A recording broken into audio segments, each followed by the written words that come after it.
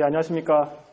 오늘 금융강좌 강의를 맡게 된 외자운용원의 정희섭 차장이라고 합니다.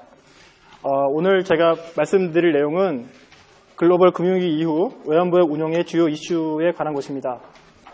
아시다시피 글로벌 금융위기가 닥친 지도 벌써 7년이 지났습니다만 여전히 그 금융위기의 어떤 여파라든가 이런 것들이 그 정책 그리고 이제 외환부의 운용 이런 부분에 이런 다방면에 영향을 미치고 있습니다. 오늘은 그 외환부의 운용 측면에서 글로벌 금융위기가 어떤 영향을 미쳤고 그 중에서 어떤 사항들이 주요 이슈가 되고 있는지를 여러분들에게 소개해 드리도록 하겠습니다.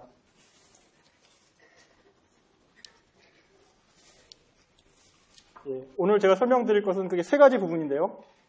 첫 번째 부분에서는 외환부역의 개념과 현황을 간략히 말씀을 드리고요. 그 다음에 두 번째 본론에 해당되는 글로벌 금융위기 이후 외환부역 운용의 주요 이슈들을 크게 네 가지로 묶어서 설명을 드릴 예정입니다. 그리고 마지막으로는 이러한 이슈들이 외환부의 운용이라는 측면에서 어떠한 향후 시사점을 갖는지에 대해서 간략히 설명을 드리도록 하겠습니다.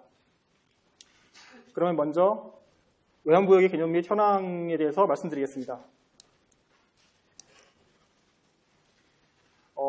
외환부역의 개념에 대해서는 사실 보는 사람마다 그리고 어떤 개념을 정의하는 사람마다 좀 차이가 있습니다만 오늘 제가 설명드릴 것은 이제 IMF에서 정의하고 있는 외환부역의 개념에 대해서만 간단히 말씀을 드리겠습니다. IMF에서 소개하고 있는 외환부역의 개념은 크게 세 가지로 나눠집니다. 첫째는 대외 자산이어야 한다는 것이고요. 둘째는 위기 시 언제든 사용 가능해야 한다는 것이고 마지막으로는 통화 당국이 통제 가능해야 한다는 것입니다.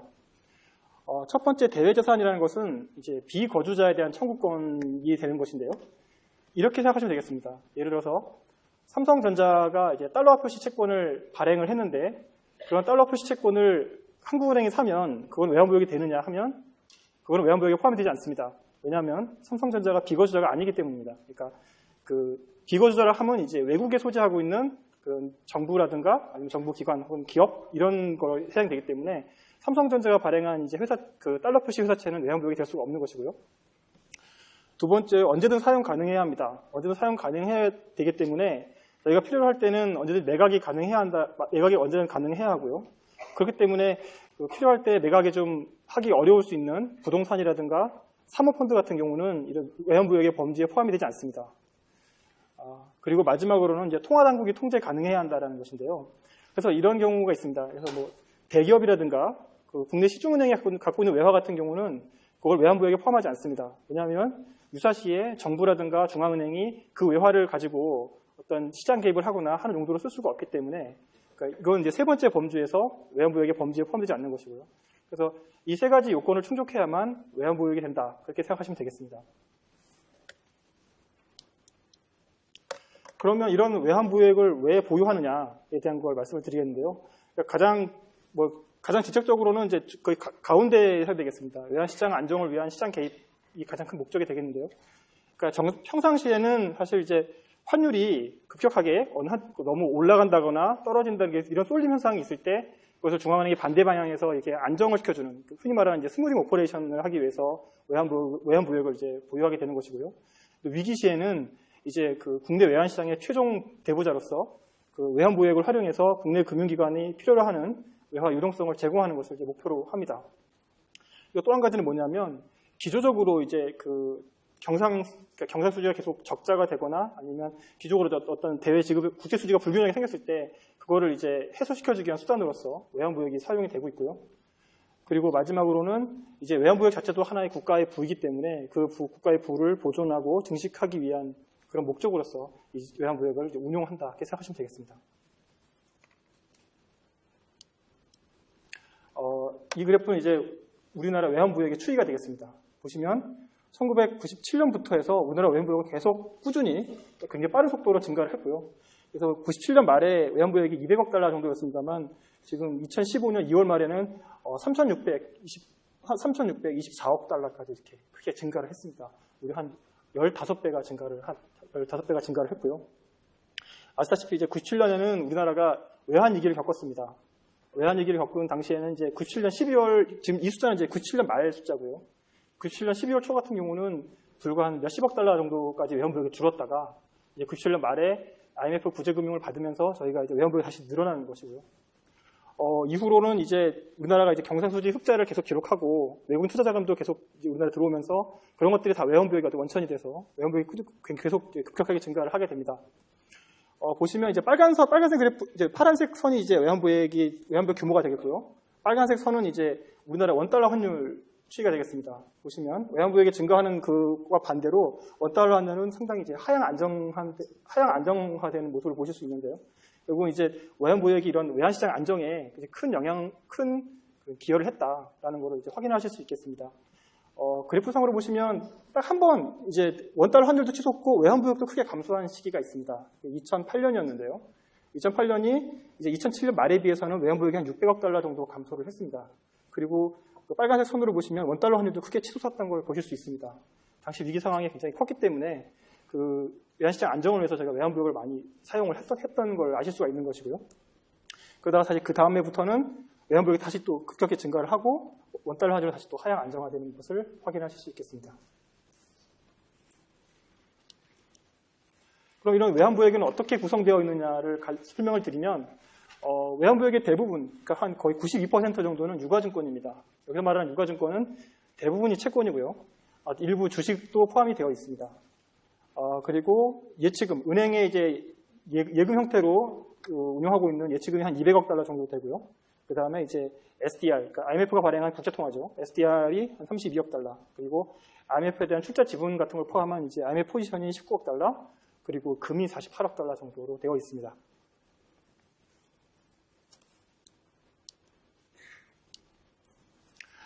이건 이제 2014년 말 각 주요국의 외환보유액 보유 규모가 되겠는데요. 차트 보시면 아시겠지만 우리나라가 전 세계 외환보유액 7위, 7위의 외환보유액 보유국입니다.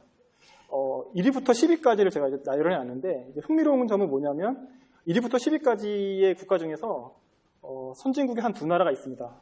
일본하고 스위스가 있고요. 나머지 8개 국가들은 우리가 보통 다 신흥시장국이라고 부르는 나라들이 외환보유액을 하고 있습니다. 제가 이제 뒤에 그 설명을 드릴 때 내용이 들어가겠습니다만 어쨌든 전 세계 외환보유액에서 굉장히 많은 부분들을 신흥시장국이 차지하고 있다. 그리고 전 세계 외환보유액에서 한 3분의 1 정도는 사실 중국 한 나라가 다 갖고 있다라는 걸 이제 보시면 되겠습니다.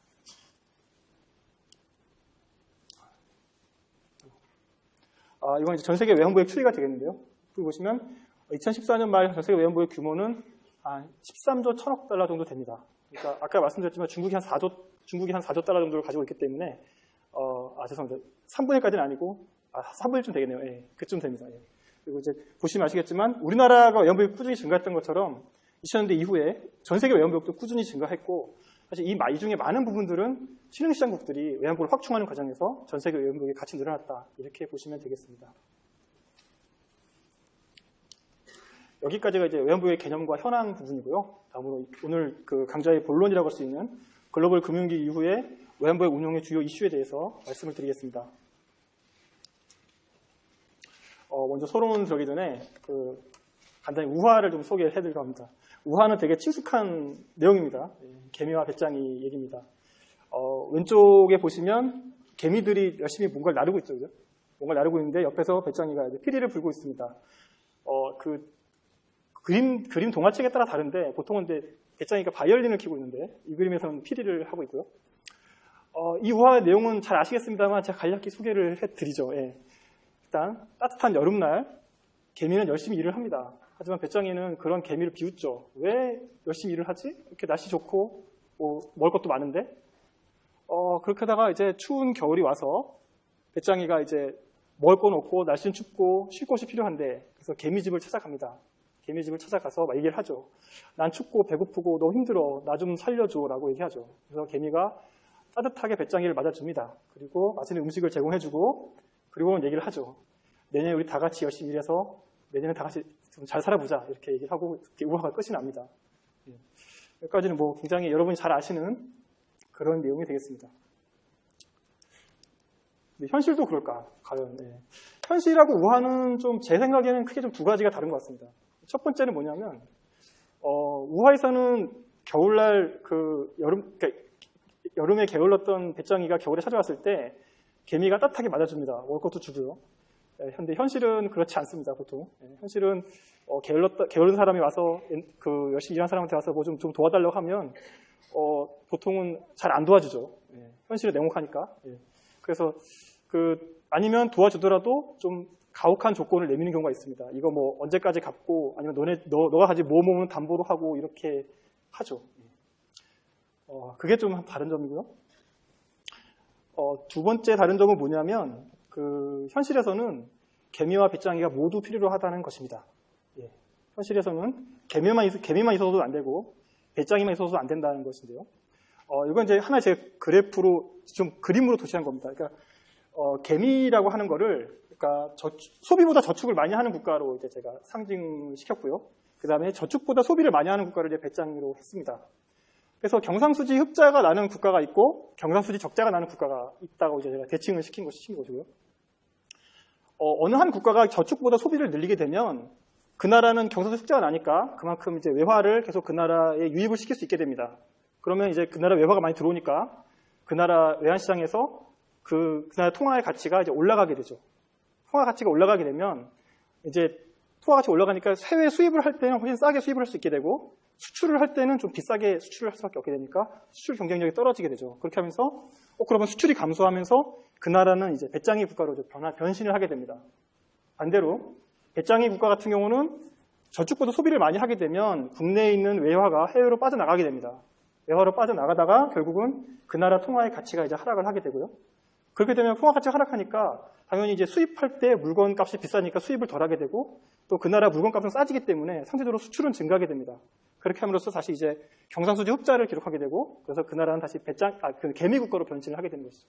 그러니까 결국은 보시면 경상수지 흑자라는 국가하고 경상수지 적자 국가가 있는데 이 두 나라가 사실은 모두 공존해야 됩니다. 왜냐하면 누군가 흑자를 내기 위해서는 누군가가 적자를 내야만 흑자가 가능한 것이니까요. 그러니까 개미와 배짱이가 모두 같이 공존을 해야 한다는 것이 크게 다른 점이고요. 그리고 이런 공존에 큰 역할을 하는 것이 사실은 이 환율, 통화 가치라는 것을 확인하실 수가 있습니다. 제가 오늘 예로서 개미와 배짱이 예를 들었는데 그건 사실 이유가 있습니다.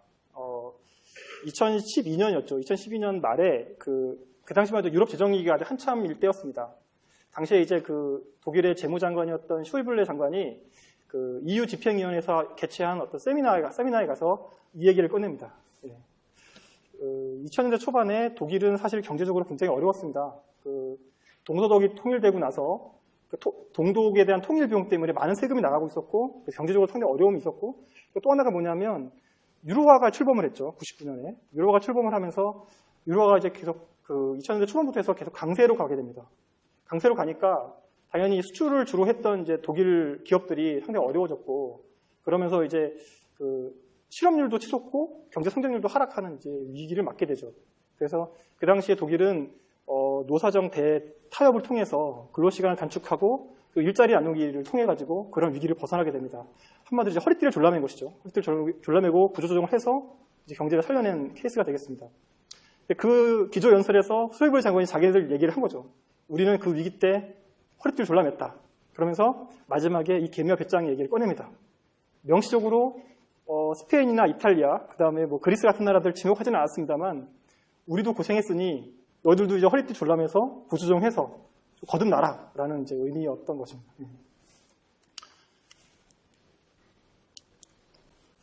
근데 이제 이런 아까 좀 개미와 배짱이 스토리에서 좀 약간 예외적인 경우가 몇 가지가 있습니다. 그거를 좀 두 가지로 설명을 드릴 텐데요.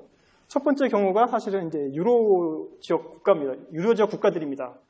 아시다시피 유로 지역 국가들은 모두 동일한 통화를 씁니다. 유로화라는 단일 통화를 쓰고 있기 때문에 이 나라들 안에서는 아까 말씀드렸지만 이 환율의 조정에 의한 그 경상수지 적자나 흑자 해소 같은 것이 이제 불가능하게 됩니다.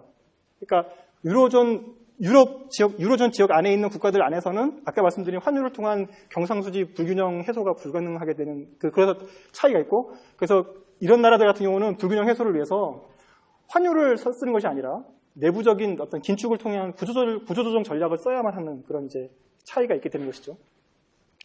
두 번째가 사실은 참 부러운 나라 중에 하나인데 미국이 있습니다. 미국은 사실은 거의 뭐 배짱의 운명을 타고난 나라라고 할 수가 있는데요. 그래서 왜냐하면 이게 미 달러화가 미국의 통화인 동시에 글로벌 통화이기 때문에 세계 경제가 성장함에 따라서 미 달러화에 대한 수요가 같이 증가합니다. 근데 재밌는 것은 이제 이게 미국의 통화기 때문에 전 세계적인 성장 수요에 맞춰서 달러가 공급되려면 미국에서 계속 이 달러가 나가야 됩니다. 미국에서 달러가 나간다는 것은 미국이 지속적으로 경상수지 적자를 내야 한다는 의미가 됩니다. 예. 그래서 경상수지 적자를 낸다는 건 아까 그림에도 말씀드렸지만 배짱이 국가가 되는 거죠. 그러니까 미국은 운명적으로 사실은 이제 배짱이 국가의 운명을 삼았다는 말씀을 드린 것이고요. 그러면 미국은 계속 그런 배짱이가 될 수 있느냐는 역사적으로 봤을 때 꼭 그렇지는 않습니다. 그러니까 역사적으로 보면 19세기, 20세기 초반까지만 해도 영국 파운드화가 전 세계 기축통화였고 지금 미달러가 하는 역할을 그 당시엔 파운드화가 했습니다. 하지만 이제 그 세계 경제의 중심축이 2차 세계대전 이후에 그 유럽에서 미국으로 아직 넘어갔고 그러면서 미국이 이제 기축통화 국가가 됐고요. 이것도 사실은 앞으로 세계 경제가 어떻게 흘러갈지 모르기 때문에 그에 따라서 미국 달러화의 지위도 역시 바뀔 수 있습니다. 예. 어쨌든 현재는 미국이 글로벌 기축통화를 발행하는 국가가 되겠습니다. 여기까지는 사실 이제 제가 앞으로 설명드릴 내용에 대한 배경 지식이 되겠고요. 그러면 첫 번째 이슈는 제가 말씀드린 첫 번째 이슈는 뭐냐면 외환부의 축적이 글로벌 금융위기의 원인이었나라는 부분입니다.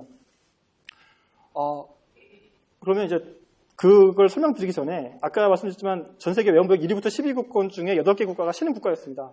도대체 왜 신흥 시장국들이 그렇게 많은 외환부역을 쌓게 됐는가에 대한 배경 설명이 좀 필요한데요. 그거부터 시작을 하겠습니다. 1990년대 얘기입니다. 1990년대에 많은 신흥 시장국들이 외환 위기를 경험합니다. 94년에 멕시코가 위기를 겪었고요. 97년에는 아시다시피 태국, 인도네시아, 그리고 태국하고 말레이시아 그리고 인도네시아가 그 외환 위기를 겪습니다. 그리고 또 한 나라 우리나라도 외환 위기를 겪습니다. 97년에. 그리고 99년에는 러시아가 모라토리엄을 선언을 했고요. 99년에는 아르헨티나가 금융위기를 맞습니다. 이 모든 나라들의 금융위기가 똑같은 패턴으로 이어지지는 않습니다만 대체로 비슷한 패턴으로 외환위기를 맞습니다. 그 내용을 보면 다음과 같습니다. 맨 처음에는 신흥시장국이 이제 굉장히 성장을 빨리 하게 되고 경상수지도 흑자를 보임에 따라서 외채 및 외국인 투자 자금이 이제 유입되게 됩니다. 외국인 투자 자금이 유입되면서 그 신흥시장국의 통화가 이제 강세를 보이게 되고요. 통화가 강세를 보이면서 아까 말씀드렸지만 경상수지는 이제 악화가 되는 것이죠. 경상수지가 악화되니까 생각해보면 그 당시에도 환율 메커니즘에서 환율을 이제 좀 떨어뜨려서 경상수지를 개선시킬 수 있었는데 당시 대부분의 선진국들이 그렇게 하지 않았습니다. 그 당시에는 이 환율의 안정, 환율을 이제 선진국 통화하고 이렇게 좀 고정 환율로 안정화시키는 것이 중요한 과제를 생각했기 때문에 그 당시에는 많은 나라들이 고정 환율대를 택하고 있었고요. 그래서 고정 환율을 유지하는 가운데 경상수지가 악화되기 때문에 그 악화되는 경상수지를 많이 하기 위해서 더 많은 외채를 끌어오게 됩니다. 이제 외채에 대한 의존도가 심하게 하게 되고요. 그러다가 94년부터 미국이 이제 급속하게 정책금리를 올리면서 그 국내에 유입됐던 외국 투자 자금들이 이제 빠져나가기 시작하죠. 그래서 이탈을 하고 그리고 이제 돈이 빠져나가니까 이 나라 정세가 금융시장 자체가 불안해 보이니까 이미 외채를 줬던 금융기관들이 외채 만기 연장을 중단하게 됩니다. 그렇게 되면서 결국은 외환위기를 맞이하는 그런 게 되는 거죠. 여기까지의 스토리를 잘 보시면 앞에 있는 개미와 배짱이 얘기랑 되게 비슷하다는 걸 아실 수 있습니다. 그러니까 신흥국들이 약간 배짱이처럼 놀다가 약간 좀 구조조정 같은 거 소리하다가 위기를 맞았다 이런 것이 된 거죠. 그리고 차가운 현실을 맞이합니다. 이렇게 외환위기를 맞이하자 선진국들이 신흥국들한테 요구하는 거는 상당히 가혹한 조건들이었습니다. 대체로 일단 재정이 너무 방만하니 재정 긴축을 해라. 그리고 금리도 좀 너무 낮게 가고 있으니 통화 정책도 좀 긴축적으로 해라. 그러니까 정책 금리를 올려서 시중에 방만하게 풀린 통화를 흡수하라는 뜻이 되겠고요. 그리고 마지막으로는 과도한 규제를 철폐하라 이런 것이 되는 것이죠.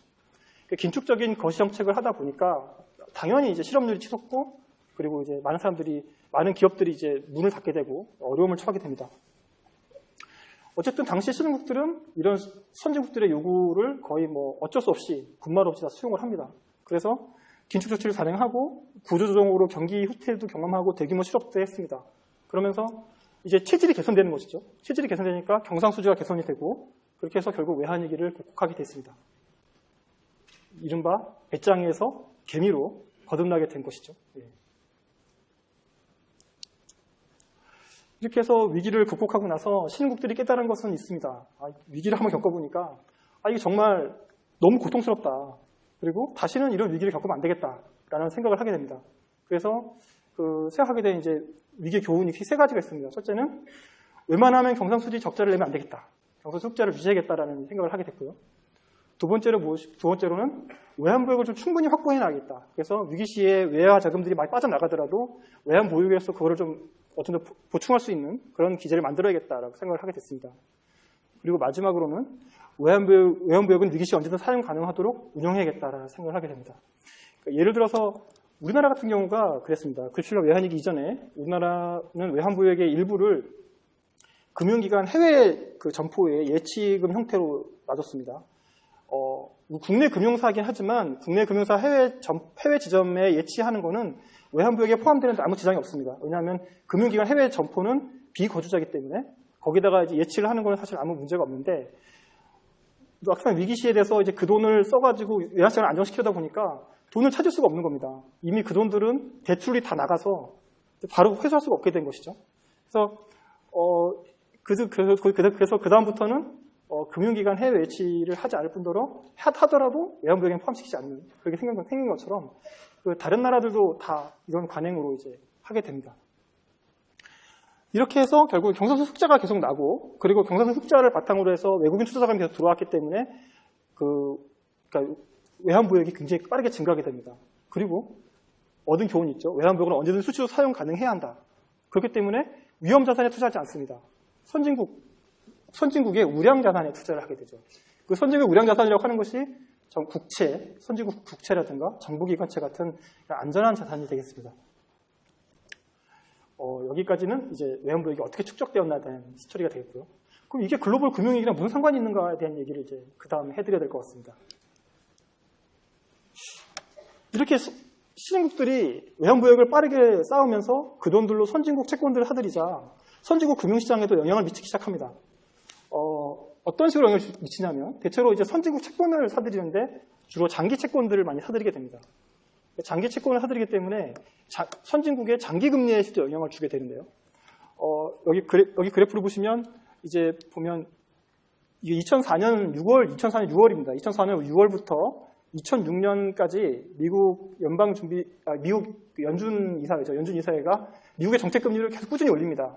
당시에 1%였던 정책 금리를 5% 중반까지 끌어올립니다. 이렇게 계단식으로 쭈르륵 끌어올리는데요.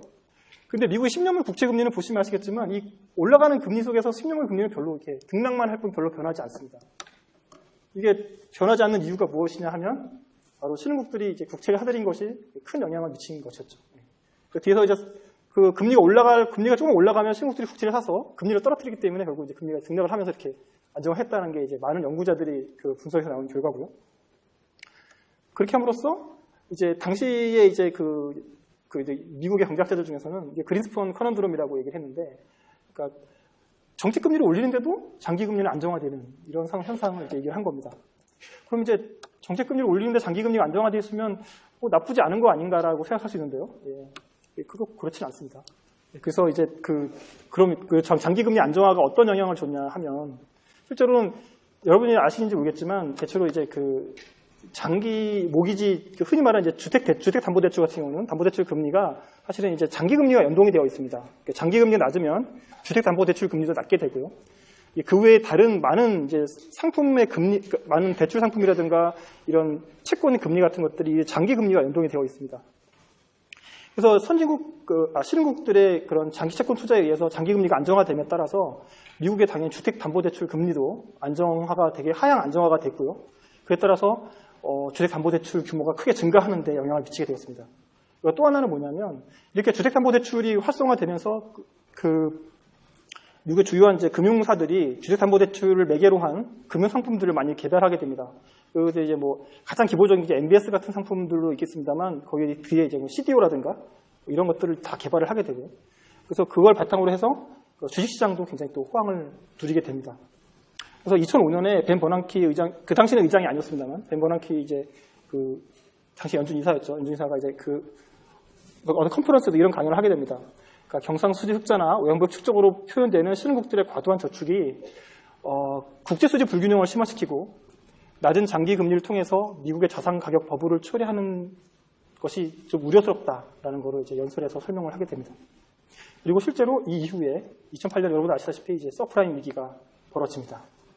결국은 나중에 이제 금융위기가 터지고 나서 선진국의 경제학자라든가 이제 이 많은 연준 인사들은 그 신흥국들의 과도한 저축이 이런 버블을 야기시키는 데 큰 영향을 줬으니 신흥국들이 좀 그동안의 어떤 경상수지 운영, 그러니까 국제수지라든가 경상수지 운영 패턴을 좀 바꿔야 되는 거 아니냐라는 얘기를 하게 되고요. 이제 다음에 이런 논쟁으로 이어집니다. 자, 글로벌 불균형 때문에 글로벌 금융위기가 닥쳤으니 그런 불균형을 해소하는 방법이 필요하다. 선진국에서 얘기한 것은 무엇이냐면 그 글로벌 불균형이 생기는데 근본적인 원인이 신흥국들의 과도한 저축이 있으니 그런 저축을 줄여라. 그러니까 신흥국들이 외환보유액 축적하기보다는 통화 강세를 용인해서 경상수지 흑자를 낮추고 내수 부양에 더 힘쓸 필요가 있다라고 주장을 합니다. 그래서 통화 강세를 용인하고 과도한 경상수지 흑자를 감축하고 내수를 부양해라라는 게 선진국들의 이제 생각이었고요. 신흥국들은 좀 생각이 다릅니다. 우리가 90년대 외환위기를 겪지 않았나. 그때 당신들이 한 걸 보면 우리 당신들 못 믿겠다가 되는 것이죠. 그러니까 외환보유액 축적 외에 위기 발생 시에 금융시장 불안을 잠재울 수 있는 마땅한 수단이 없다.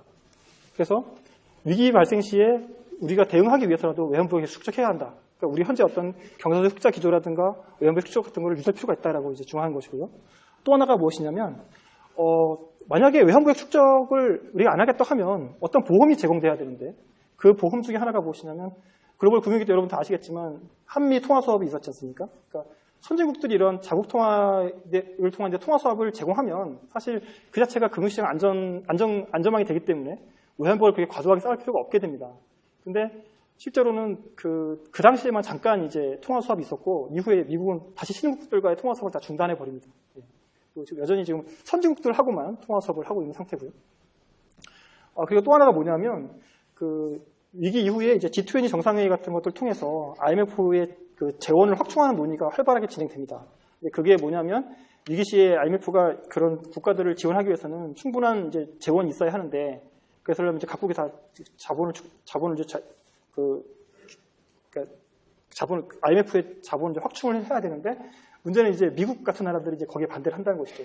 IMF가 자본을 확충하기 위해서는 미국이 추가적으로 자본을 더 대거나 아니면 신흥국들이 IMF에서 지분이 증가하는 것을 이제 용인해야 합니다.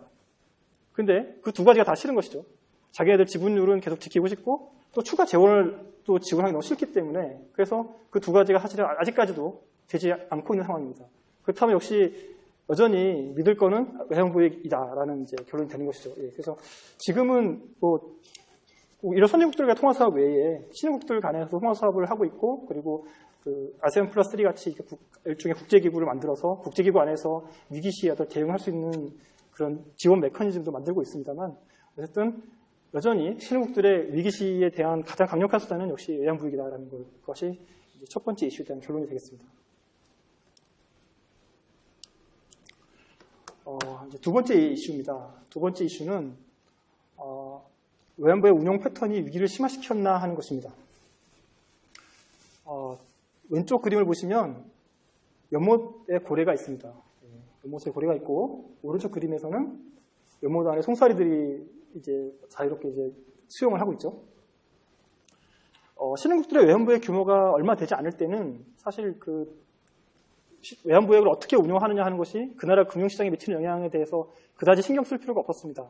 왜냐하면 수많은 금융시장 참가자 중에 그러니까 하나의 참가자에 불과했기 때문에 금융시장에 미치는 영향이 크지 않았는데 외환보유액 규모가 아시다시피 아까 보신 것과 같이 굉장히 급격하게 커짐에 따라서 이것이 이제 선진국의 금융시장에 미치는 영향도 굉장히 커지게 되었습니다. 선진국들이 금융위기 과정에서 신흥국들의 외환보유액 운용 행태에 대해서 이제 많은 비판적인 논의를 하게 된 계기가 사실은 이미 거의 고래처럼 성장한 신흥국들이 여전히 송사리 때처럼 자기가 송사리 때 시절처럼 행동하고 있는 거 아니냐라는 이제 불만에서 시작되는 것인데요. 아시다시피 이제 글로벌 금융위기가 터지자 미국을 비롯한 주 선진국들은 위기에 처한 자국 금융기관들을 지원하기 위해서 막대한 유동성을 제공을 합니다. 글로벌 RP 같은 형식을 통해서 그 금융기관이 가지고 있는 채권들을 받고 대신에 그거에 대한 대가로 이제 막대한 현금을 제공하기도 하고 또 때로는 그냥 자본을 확충해주는 형식으로 돈을 대기도 했습니다. 그래서 이렇게 선진국 중앙은행들은 금융시장 안정을 위해서 이렇게 돈을 쓰고 있는데 그 반대편에서 신흥국 중앙은행들은 갖고 있는 선진국 채권들을 팔기에 바빴습니다. 그래서 팔아 제끼는 거죠. 그렇게 팔아가지고 한 경우가 이제 투자금을 회수하는 목적도 있었고, 그래서 이제 선진국 금융기관이 발행한 회사채를 매도하기도 하고, 유럽 재정위기가 한참일 때는 이탈리아라든가 그다음에 스페인 같은 국가들의 국채를 신흥국 중앙들이 팔면서 나오기도 했습니다.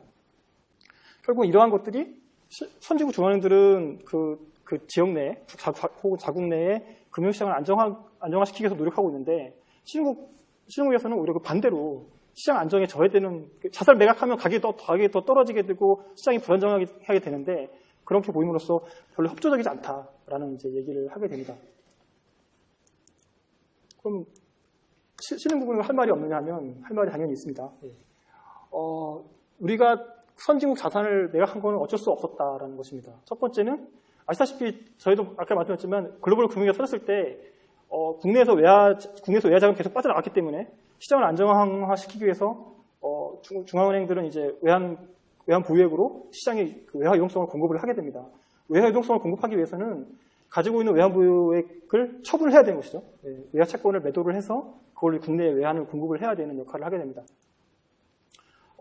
근데 처분하는 과정에서 선진국 금융시장이 불안정해진다는 건 뭐 얘기 나올 수 있습니다만 그게 선진국 중앙은행들의 주요한 목표는 아닌 것이죠. 우선 우리나라가 그러니까 각국이 살고 볼 일이기 때문에 그게 첫 번째가 되겠고, 두 번째는 뭐냐면 이제 유럽 재정위기 같은 경우가 되겠습니다. 유럽 재정위기 같은 경우에 스페인이나 이탈리아 같은 나라들이 원래는 다 트리플 A 국가였습니다. 신용등급이 트리플 A 국가였고 그 안전한 자산 국가였죠. 그러다가 재정위기가 터지면서 이 나라들의 신용등급이 급정직하로 떨어지게 됩니다. 그래서 스페인이나 이탈리아 모두 지금 트리플 B로 내려가 있는 상태입니다. 그러니까 트리플 B 정도 되면 더 이상 안전자산이 아닌 것이죠. 위험자산이 되면서 그러면 이제 외환 보유액의 어떤 카테고리로 봤을 때는 더 이상 보유할 필요가 없는 그런 자산이 되게 됩니다. 그래서 그런 리스크 관리 차원에서 역시 또 매도를 할 수밖에 없는 그런 상황에 직면하게 되는 겁니다. 그래서 이제 이 외환부의 운영 패턴에 대해서 양쪽이 서로 좀 다른 생각을 하게 되는 것이죠. 그래서 선진국에서는 좀 위기가 왔을 때 신흥국 중앙은행들이 그냥 단순 투자자가 아니라 좀 정책에 대한 동반자로서 혹은 협조자가 되어주기를 이제 희망하게 되는데, 신흥국에서는 실제로는 이제 정책 협조를 위한 여력이 충분치 못한 경우가 많다라는 얘기를 합니다. 위기 시에는 각 신흥국에서도 돈이 빠져나가기 때문에 그거를 메꾸는 게 우선이고, 따라서 선진국의 여건을 지금 고려해줄 여유가 별로 없게 되는 겁니다. 두 번째는 뭐냐면 정책 협조에 따른 손익이 좀 불확실하다는 것도 있습니다. 예를 들어서 유럽 재정위기 때 그러니까 유럽 국가들 혹은 유럽 중앙은행을 도와서 이탈리아나 스페인 채권을 계속 들고 있거나 혹은 그 채권을 더 사줄 수도 있습니다. 나중에 유럽 중앙은행이 확실하게 그걸 다 갚아줄 수 있다고 얘기만 한다면 절대 그런 약속을 안 하죠. 약속을 안 하니까 그러면 결국 가지고 있는 어떤 원칙에 따라서 운용을 할 수밖에 없게 되는 겁니다. 그런 것이고, 그리고 마지막으로는 뭐냐면 국내 정치라든가 여론의 압력도 당연히 있습니다. 그런 위험 자산들을 왜 외환보유액을 들고 있느냐라는 얘기가 계속 나올 수밖에 없고, 그러니까 그런 거에 따라서 좀 더 이제 안정적으로 운용하기 위해서는 이렇게 행동할 수밖에 없는 것이죠. 서로가 이제 좀 보는 시각이 다른 겁니다.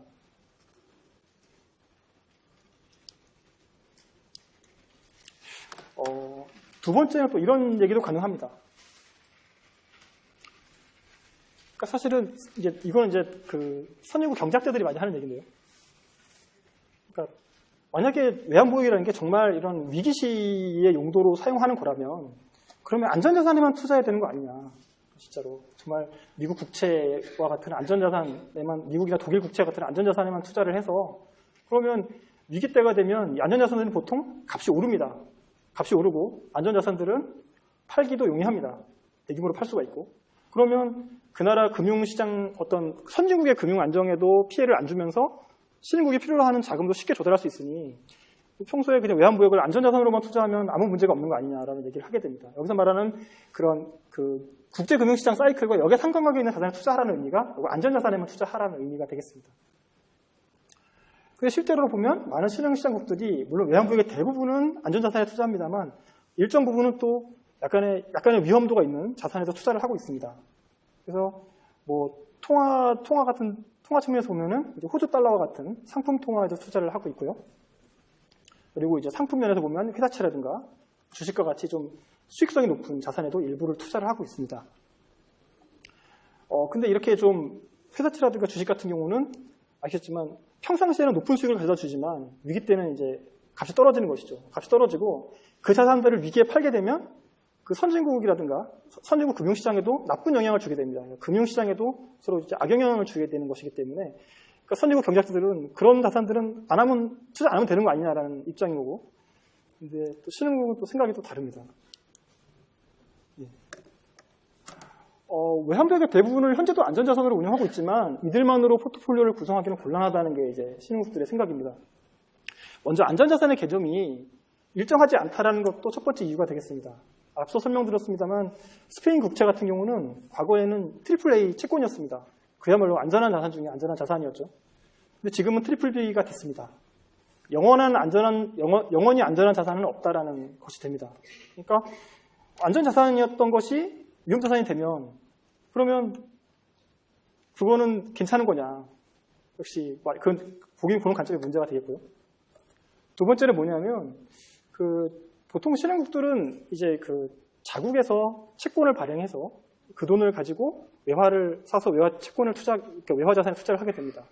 근데 보통 신흥국들이 선진국들에 비해서 조달금리가 높기 때문에 국내 조달금리가 이 외환부의 운용에 따른 수익보다는 훨씬 높습니다. 역마진이 나는 것이 되고요.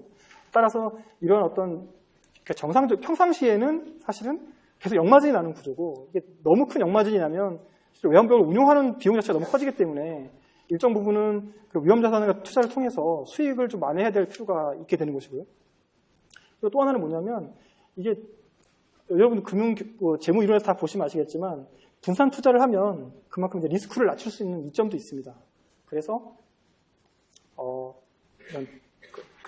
완전한 안전자산 투자보다는 일정 부분 아주 작은 비중이라 하더라도 이런 위험도가 있는 자산들을 투자함으로써 전체적으로 보면 위기 시에는 안전자산 비중이 크기 때문에 전체 자산 가치가 안정적으로 유지가 되고, 또 평상시에는 일정 작은 비중의 위험자산 쪽에서 높은 수익이 남으로써 그런 안전자산 쪽에서 발생하는 낮은 수익을 일정 정도 보충할 수 있는 그런 이제 특징을 갖게 되겠습니다. 그래서 앞서 말씀드렸지만 이런 금융 안정에 대한 이슈는 자국의 시각에서 또 각자가 처한 입장에서 상대를 바라보기 때문에 이제 발생하는 문제라고 볼 수가 있는데요. 그러니까 이런 거는 이제 좀 서로가 근데 일단 1차적으로는 자국의 이해가 우선이 되겠고요. 자국의 이해가 충족된 다음에 이제 글로벌이라든가 아니면 다른 나라들의 금융 안정까지 고려할 수 있게 되는 것이 되겠습니다. 제가 나름 좀 설명을 잘 하고 싶은데 쉬운 부분, 솔직히 쉬운 내용은 좀 아니라는 생각이 들고요. 다음 부분도 사실은 쉬운 내용은 아닐 수도 있는데 좀 즐겁게 좀 해보겠습니다. 먼저 이 페이지 전에 그 전 페이지 먼저 시작하는 게 더 좋을 것 같은데요.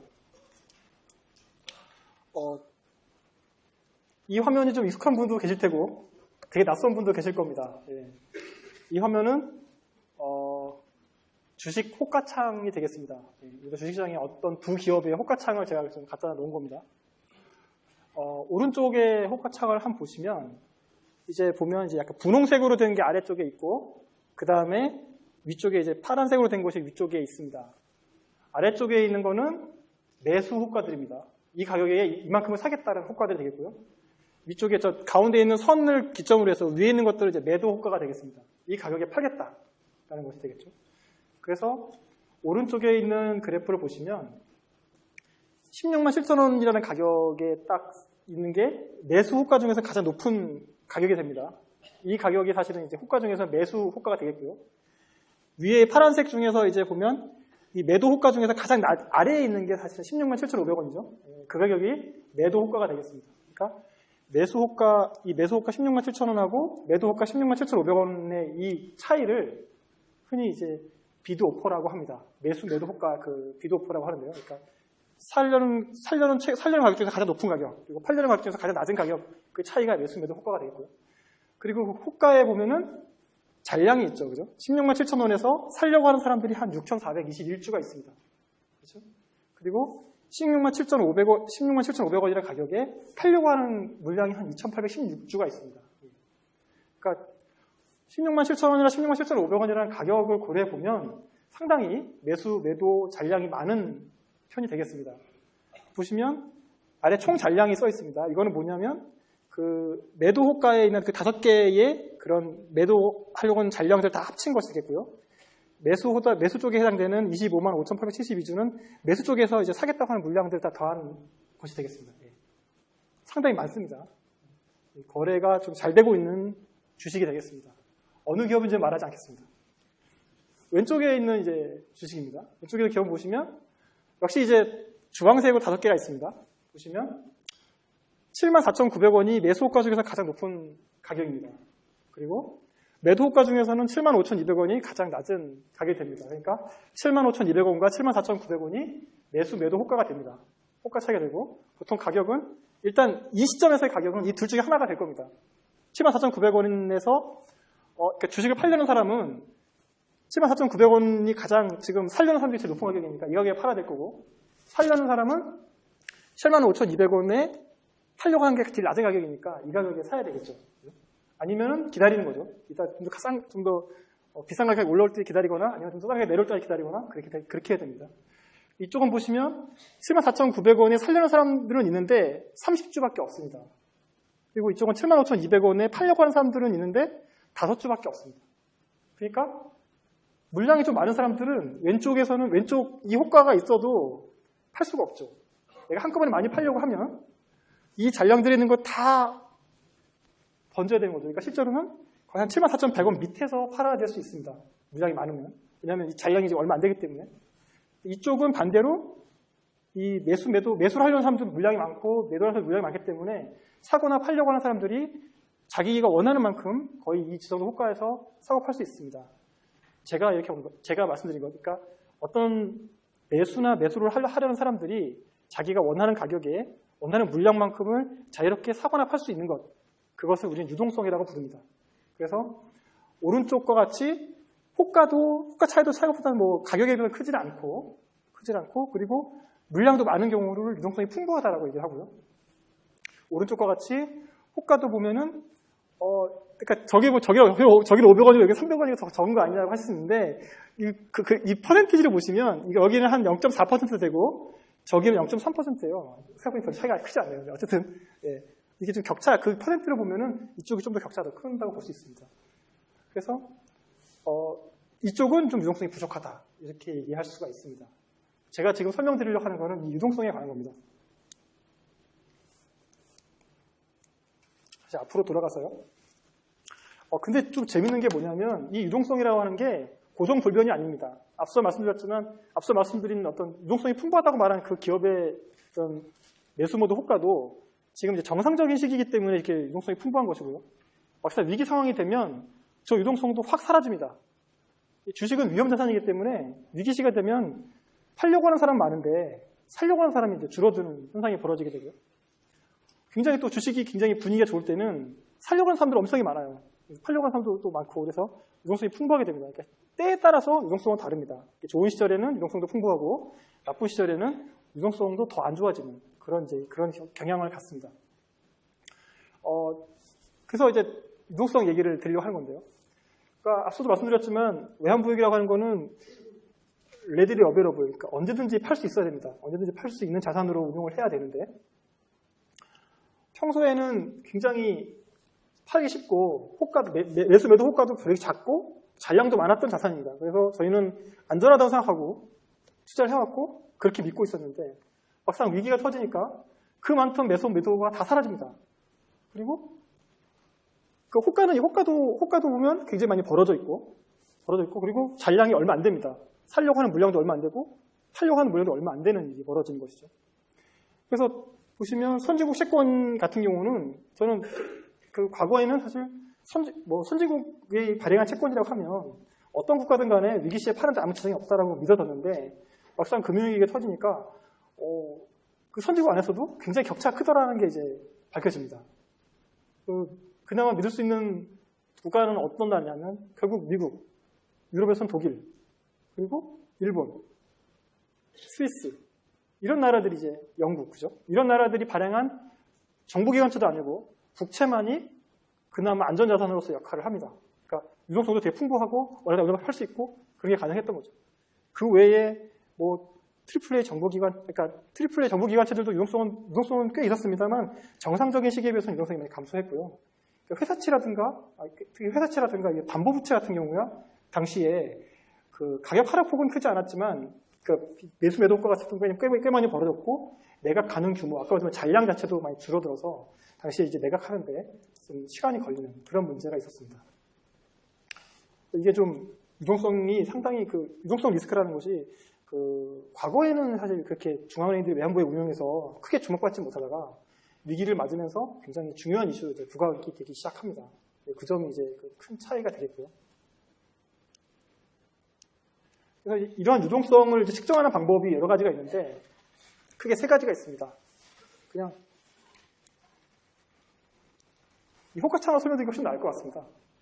측정하는 방법이 이제 세 가지입니다. 세 가지는 뭐냐면 첫째는 아까 매수 매도 효과 중에서 제일 높은 가격하고 매도 효과 중에서 제일 낮은 가격의 그 차이, 그렇죠? 가격 차이죠. 그 가격 차이가 첫 번째로 이제 유동성을 측정하는 방법이 되겠습니다. 흔히 타이트니스라고 부르고요. 비드 오퍼 스프레드라고도 부릅니다. 그 부분이 유동성을 측정하는 첫 번째 방법이고 두 번째가 뭐냐면 잔량으로 하는 거죠. 매수 매도 안에서 보면은 16만 7천 원에 그 잔량이 6,400주가 있고 여기는 2,800주가 있지 않습니까? 그 잔량이 많고 적음에 따라서 유동성을 측정할 수 있습니다. 그거를 데스라고 부릅니다. 그리고 그것뿐만 아니라 갑자기 매도 물량이 막 쏟아져서 값이 확 빠졌다가 또 금방 소가 다시 회복되는 것이 있습니다. 그 레질런스라고 부르는데요. 레질런스. 그러니까 그 가격이 어떤 순간 어떤 균형 가격에서 이탈했다가 얼마나 빨리 회복되느냐를 측정하는 것이 이제 또 유동성의 또 다른 측정 방법이 되겠습니다. 금융위기 이후에 외환보유 운용의 리스크 관리에서 크게 달라진 부분이 바로 유동성 리스크를 관리하는 부분입니다. 그래서 과거에는 신용등급이라든가 그 다음에 어떤 채권의 발행 물량을 관리를 하면 유동성 리스크는 자연스럽게 관리된다라고 믿고 있었습니다만 위기를 거치면서 유동성 리스크를 이렇게만 해서는 안 되겠다라고 해서 훨씬 더 좀 믿을 수 있는 안전자산의 범위를 더 좁혀가지고 리스크 관리를 해야 한다는 게 하나 또 굳어졌고요. 두 번째로는 이제 이런 시나리오 분석이라고 하죠. 그러니까 아까 말씀드렸지만 유동성이라는 게 정상적인 시기에서는 상당히 이제 유동성이 풍부하다가 위기 시에는 유동성이 나빠지는 경향이 있기 때문에 어떤 최악의 상황을 가정해서 유동성 리스크를 측정할 때 가능한 좀 상황이 나쁜 경우를 가정해서 유동성 상황을 측정을 하고 거기에 맞춰서 이제 적정 자산 배분을 가져가는 것, 그런 것이 이제 또 다른 이제 리스크 관리에서 달라진 부분이라고 할 수 있겠습니다. 이거는 사실 저희뿐만 아니라 많은 중앙은행들이 고민을 하고 있는 부분이고요. 그 부분에서 이제 향후에 많은 시장 신용 리스크뿐만 아니라 유동성 리스크를 좀 더 강화해야 되겠다 하는 것이 이제 중앙은행들의 공통된 시각이 되겠습니다. 다음은 이제 신용 리스크와 관련된 부분입니다. 신용 리스크라고 하는 거는 다 아시겠지만 어떤 자산이 부도가 날 위험입니다. 부도가 나거나 혹은 신용 등급이 떨어져서 그 자산의 가치가 하락할 위험을 이제 신용 리스크라고 할 수가 있는데요. 금융위기 이후에 달라진 점 중에 또 하나가 뭐냐면 이 안전자산의 범위가 크게 축소됐다는 것입니다. 제가 앞서 말씀드렸죠. 그러니까 과거에는 선진국 발행할 때 스페인이나 이탈리아가 발행한 채권도 사실 안전자산이었고 그리고 유럽의 또 주요 국가들이 발행한 정부기관체라든가 또는 그 기관들이 그러니까 정부가 일정 부분 어떤 뒤에서 서포트를 하고 있는 그런 금융사가 발행한 채권들도 되게 안전하다고 믿어졌습니다.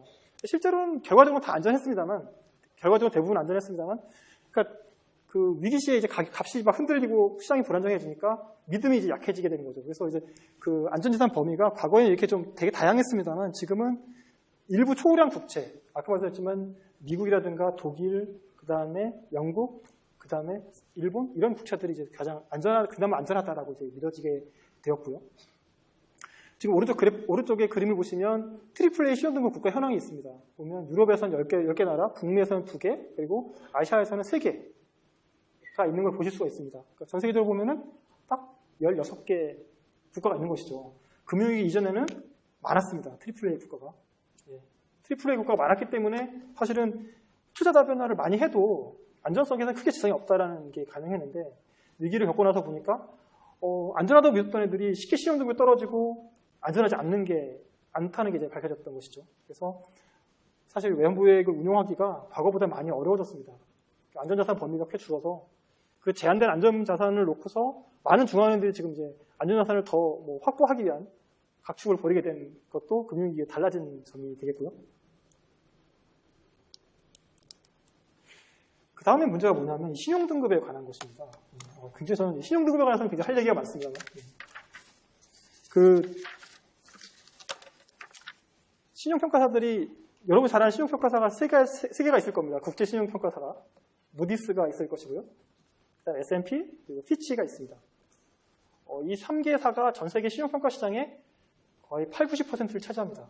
네, 어마어마하죠. 사실은. 그러니까 전 세계 채권 투자자들은 이 신용평가사들만을 믿고 거의 간다고 해도 과언이 아닌데 금융위기 이전에 이 3개 평가사가 보여준 행태라고 하는 것은 사실은 정말 이제 금융위기를 거치면서 그들이 얼마나 무책임하게 신용등급을 매겼는지를 알고 나서부터 사실 많은 사람들이 분노를 표시하게 되죠. 그리고 새로운 대안을 모색하게 됩니다. 제가 지금 말씀드릴 내용은 그 분노가 어떻게 나오게 됐고 그리고 어떤 대안을 마련하고 있는지에 대한 얘기입니다. 금융위기 이전에 많은 신용평가사들이 서프라임 모기지 관련 상품에다가 높은 신용등급을 부여했습니다. 서프라임 모기지라고 하는 거는 아시는 분도 계시겠지만 서프라임은 프라임 모기지보다 아래 등급에 있는 그 주택담보대출입니다. 그러니까 프라임 모기지라고 하는 것은 우리로 치면 이제 LTV라든가 DTI 비율이 잘 지켜진 그런 이제 대출이 되겠고요. 서프라임은 그런 것들이 잘 지켜지지 않은 주택담보대출이 되겠습니다. 그러니까 그 주택 가격에 의해서 대출이 한 주택 가격의 거의 100%, 주택 가격이 3억이면 대출이 3억까지 나간 그런 대출이 있는 것이죠. 그리고 그 사람이 소득이 아무것도 없는데도 대출이 되는 상품도 서프라임에 들어가 있습니다. 대출 자체가 상당히 위험하죠. 근데 여기에 대해서 이 서프라임 모기지를 담보로 한 대출을 기초자산으로 하는 그런 회사채에 대해서 담보부채죠. 담보부 채권에 대해서 신용평가사들이 트리플 A를 매깁니다. 어떻게 그게 가능한가? 가능합니다.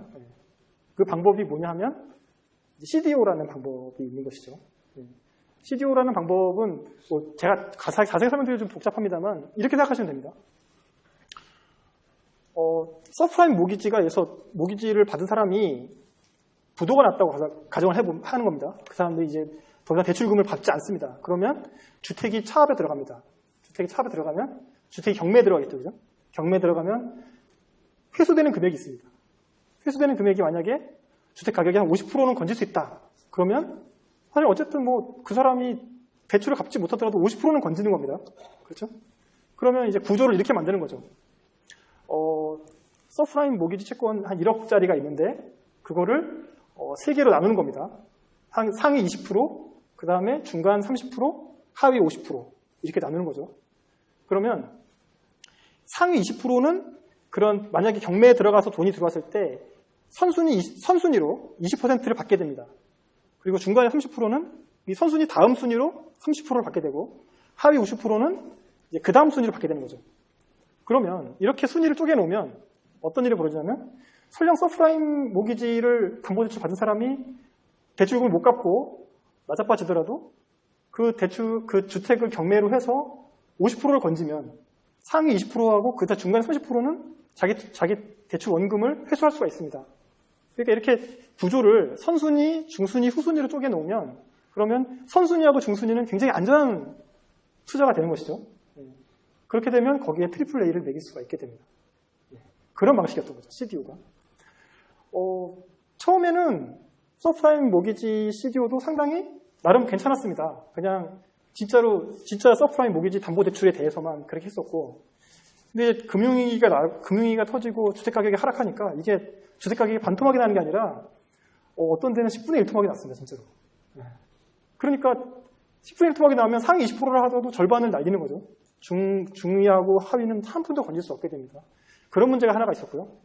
또 하나는 뭐냐면 이 사람들이 진짜 서프라임 모기지 담보대출만을 기초자산으로 해서 담보부채를 발행한 것이 아니라 가상의 서프라임 모기지 담보대출을 가지고서 CDO를 만들기도 했습니다. 그거를 이제 흔히 말하는 이제 합성 CDO라고 부르는 것인데요. 이런 겁니다. 처음에는 이제 그 주택담보대출 이왕에 나와 있는 주택담보대출만을 담보로 해서 그런 선순위, 후순위를 나누는 걸 했습니다. 그러니까 그건 사실 문제가 없습니다. 사실은 반토막 이상, 그러니까 주택가격 경매에 들어왔을 때 절반 이상을 건진 그런 주택들이 많았고, 대부분은. 그러니까 큰 문제가 없었죠. 근데 이 사람들이 어떤 것을 했냐면, 그냥 실물 주택담보대출이 이제 별로 없으니까, 양이 많지 않으니, 자기들이 원하는 채권 발행 수요는 굉장히 많은데, 실물 서프라임 대출은 별로 많지 않으니까, 어떻게 하냐면, 합성으로 그걸 만들게 됩니다. 그거를 뭐냐면, 그러니까 일종의 베팅을 하는 거죠, 베팅. 그러니까 주택담보대출이란 게 A라는 주택담보대출이 있는데, 그 주택담보대출이 만약에 반토막이 안 나면 그런 어떤 그 피를 받는, 보험료를 받는 그런 보험을 기초자산으로 해서 만드는 것이 이제 합성 시도가 되겠는데요. 그러니까 좀 흔히 말하면 이게 레버리지를 더 크게 일으켰다고 보시면 됩니다. 그러니까 크게 좀 더 그 레버리지를 크게 일으켜서 만든 것이 있었고, 그렇기 때문에 사실은 이게 선순위 후순위를 나누면 굉장히 안전한 것처럼 보이는데, 그 기초자산이 어떤 것이냐에 따라서 그 기초자산이 그냥 실물 대출이면은 아까 말했지만 어느 정도 좀 회수가 가능한데, 그게 아니라 이런 합성 상품이 들어가 있는 경우에는 거기에 레버리지가 들어있기 때문에 훨씬 더 사실 위험해지는데, 시험평가사들이 그걸 충분히 고려하지 않았다라는 것이 됩니다. 그러다가 이제 위기가 터지고 나니까 리먼 브로더스라든가 AIG 금융사들이 이제 신용 등급을 보통 위기 발생 직후에야 급격하게 조정하게 됩니다. 그렇다 한번 보시면 AIG 그룹이 되겠습니다. AIG. 우리가 잘 아는 이제 보험회사죠. 세계에서 가장 큰 보험회사였습니다. AIG가 그 구제금융을 받은 거는 리먼 브로더스가 파산한 그 9월 15일 다음 날인 9월 16일이었습니다. 근데 9월 15일까지 AIG의 신용 등급은 AA3였습니다. AA3면 굉장히 높은 신용 등급입니다. 그리고 막상 그 9월 15일 리먼 브로더스가 파산하고 나서야 AIG의 등급을 A2로 이제 강등하게 됩니다. 사실 A2도 사실 굉장히 높은 등급입니다. A 등급이기 때문에 어쨌든. 그리고서는 AIG 구제금융이 결정나고 나자 그걸 A3로 한 단계 낮추고 한참 가서 이제 트리플 B로 낮추게 됩니다. 그러니까 시험평가사들이 어떤 위기를 선제적으로 예고하고서 하는 것이 아니라 그 위기가 막상 터지고 나서 뒷수습을 하는 과정에서 신용 등급을 낮추는 패턴이 된 것이고, 더 놀라운 사실은 리먼 브로더스가 파산한 건 9월 15일입니다. 그리고 리먼 브로더스가 파산할 수 있다는 것이 알려진 것은 그보다 한참 전이었습니다. 그런데 리먼 브로더스는 9월 14일까지도 A 등급의 신용 등급을 갖고 있었습니다. 그러니까 시험평가사들이 전혀 위기에 대한 예보 기능을 하지 못한 거죠. 그런데 아시다시피 전 세계 90% 넘는 투자자들이 이 사람들이 내린 신용 등급만을 믿고 채권을 투자하고 있었다는 것이죠. 그러니까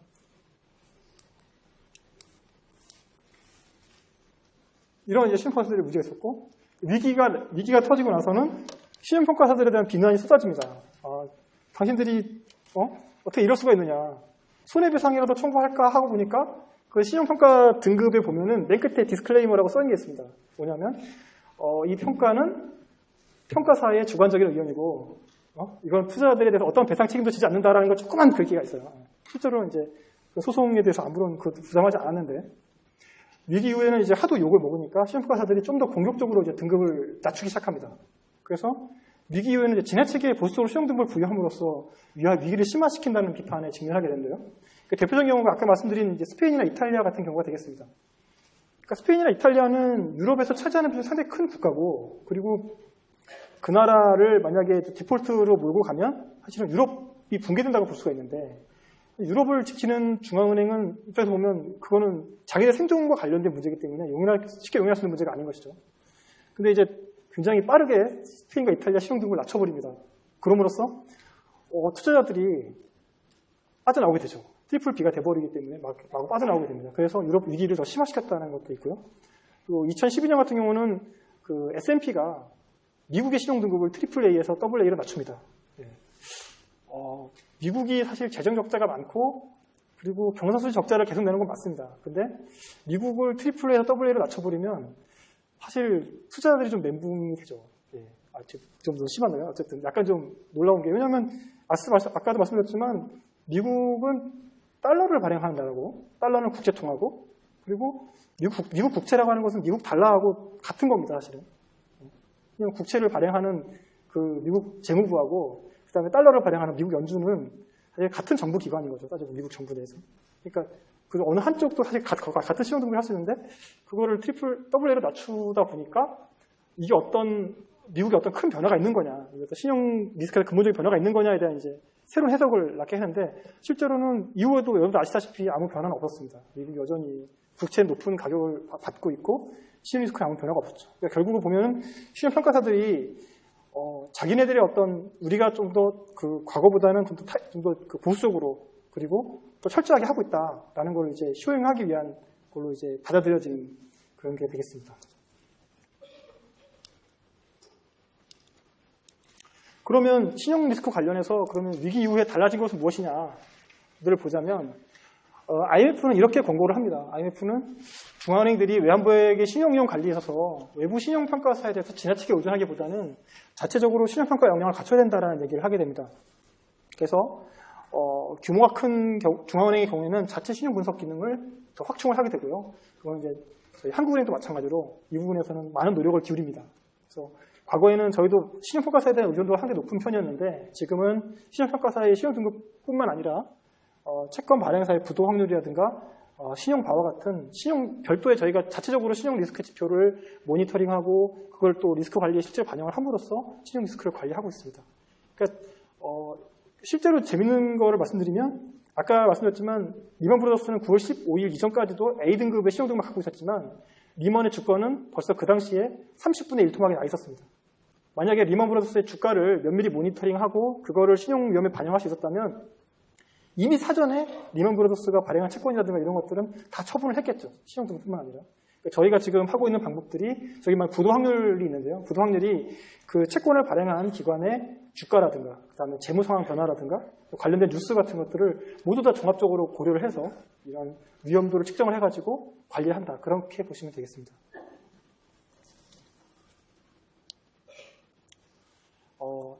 마지막 이슈는 적정 외환부액이란 존재하는 것일까에 관한 내용입니다. 이거는 사실은 제가 이 분야를 잘 아는 건 아닙니다만 한번 이슈를 던져본다는 차원에서 말씀을 드린 건데요.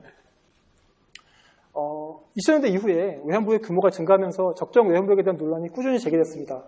앞에 보시면 이건 글로벌 금융위기 이전에 나왔던 언론의 헤드라인이고요. 밑에는 글로벌 금융위기 이후에 나온 언론의 헤드라인입니다. 보시면 이전에는 외환이 너무 많은 게 적당한가, 외환부액 총외채를 초월했다, 외환 과다 보유 추공, 외환부액이 너무 많아 1조 6천억 허공해라는 기사들이 이제 위기 전에 많이 나왔었고요. 위기 이후에는 외채는 느는데 줄어드는 외화, 보유량 문제 없나. 그 다음에 적정 외환부액 상향 조정할 필요가 있다. 외환부액이 충분하다고 이렇게 헤드라인이 바뀝니다.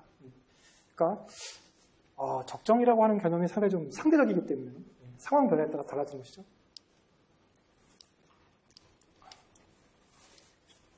예.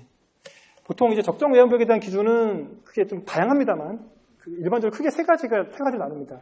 첫 번째는 이제 경상 수입액 기준이죠. 경상 수입액 기준을 쓰는 이유는 이런 전제 조건을 다는 겁니다. 그러니까 수출 및 외부 차입에 의한 외화 유입이 당분간 중단된다라고 가정을 하면 이러한 수출이라도 외부 차입의 외화 유입이 중단되니까 일정 기간 동안은 그 상품이라든가 서비스 수입에 필요한 외화를 외환부액으로 공급할 수 있어야 한다라는 이제 가정으로 만들어진 적정 외환부액 규모가 되겠고요. 여기에 따르면 보통 한 3개월 정도의 경상 지급액, 상품이라든가 서비스 수입액 규모 정도는 외환부액으로 가지고 있어야 한다라는 게 이제 이 기준이 되겠고요. 두 번째는 단기 외채 기준입니다. 단기 외채 기준은 외채의 만기가 중간에 중단될 수가 있으니 거기에 맞춰서 외환부액을 충분히 좀 적립해야 된다라는 기준이 되겠습니다. 이 기준에 따르면 외부 차입금의 만기 연장이 중단될 수 있으니까 이를 모두 상환할 수 있는 수준, 즉 단기 외채 정도 규모 정도로 외환부액을 쌓아야 된다라는 기준이 두 번째 기준이 되겠고, 세 번째는 뭐냐면 좀 더 광범위한 기준입니다. 외국인 투자자금의 유출입이 이제 주로 외환 위기의 큰 원인이기 때문에 외국인 투자자금 유입액 중에서 일정 비율을 외환부액으로 쌓아놔야 된다라는 게 그 기준이 되겠습니다. 그래서 주식 및 채권을 포함한 외국인 투자자금 유입액의 일정 비율, 보통 한 20% 내외 정도를 그 외환부액으로 쌓아야 된다라는 게 적정 외환부액 개념으로 이제 나온 것입니다. 근데 막상 위기를 맞아 보니까 이 기준들이 평상시에는 그냥 그런 대로 괜찮은 것 같았는데 막상 위기를 맞아 보니까 별로 제 기능을 못하는 거를 이제 발견을 하게 됩니다. 러시아라든가 우리나라 그리고 우즈베키스탄, 라트비아 같은 경우에 외환보유액이 같은 비율로 감소했지만 시장 반응은 크게 달랐습니다. 그러니까 상대적 규모의 차이에 기인하는 건데요. 그래서 우즈베키스탄이나 라트비아 같은 경우는 그 나라로 보면 경상 지급액이라든가 외채로 봤을 때는 충분히 외환보유액을 쌓은 나라들이었습니다. 근데 외환보유액 절대 규모 자체는 작았죠. 나라가 작으니까. 막상 그 위기가 나니까 그 기준들이 사실 아무 의미가 없다는 게 밝혀졌습니다. 시장이 금방 막 환율이 치솟고 주가는 폭락하고 이런 일이 이제 벌어진 것이죠. 우리나라도 사실 위기를 겪었습니다만 우리나라는 그래도 좀 상대적으로 이 나라들보다 좀 나았고 러시아는 그 당시에는 우리보다는 더 상황이 나았습니다. 외환보유액도 좀 적게 감소했고요. 여기 있는 나라들은 가나, 나이지리아, 케냐, 탄자니아, 잠비아 같은 나라들은 다 아프리카 국가들입니다. 이 나라들은 그 당시 선진국 경제학자들의 충고를 잘 따라서 수입액의 6개월분, 아까 제가 3개월분 말씀하셨죠? 이 나라는 이제 3개월에서 6개월분도 충분히 쌓아놨습니다. 그리고 외채의 한 40, 60% 정도, 단기 외채가 아니라 총 외채입니다. 굉장히 충분히 이제 쌓아놓은 것이죠. 그래서 기준은 다 충족을 했습니다. 근데 막상 위기가 터지니까 아무 소용이 없었죠. 그 시장이 붕괴되는 데는 되게 수가 없었습니다. 그래서 이게 과연 적정 외환보유 기준이 우리가 흔히 말하는 기준들이 위기 시에도 항상 그게 잘 통하는 것인가에 대한 의문이 제기가 됐습니다. 예. 그래서 이제 결론을 말씀을 드리면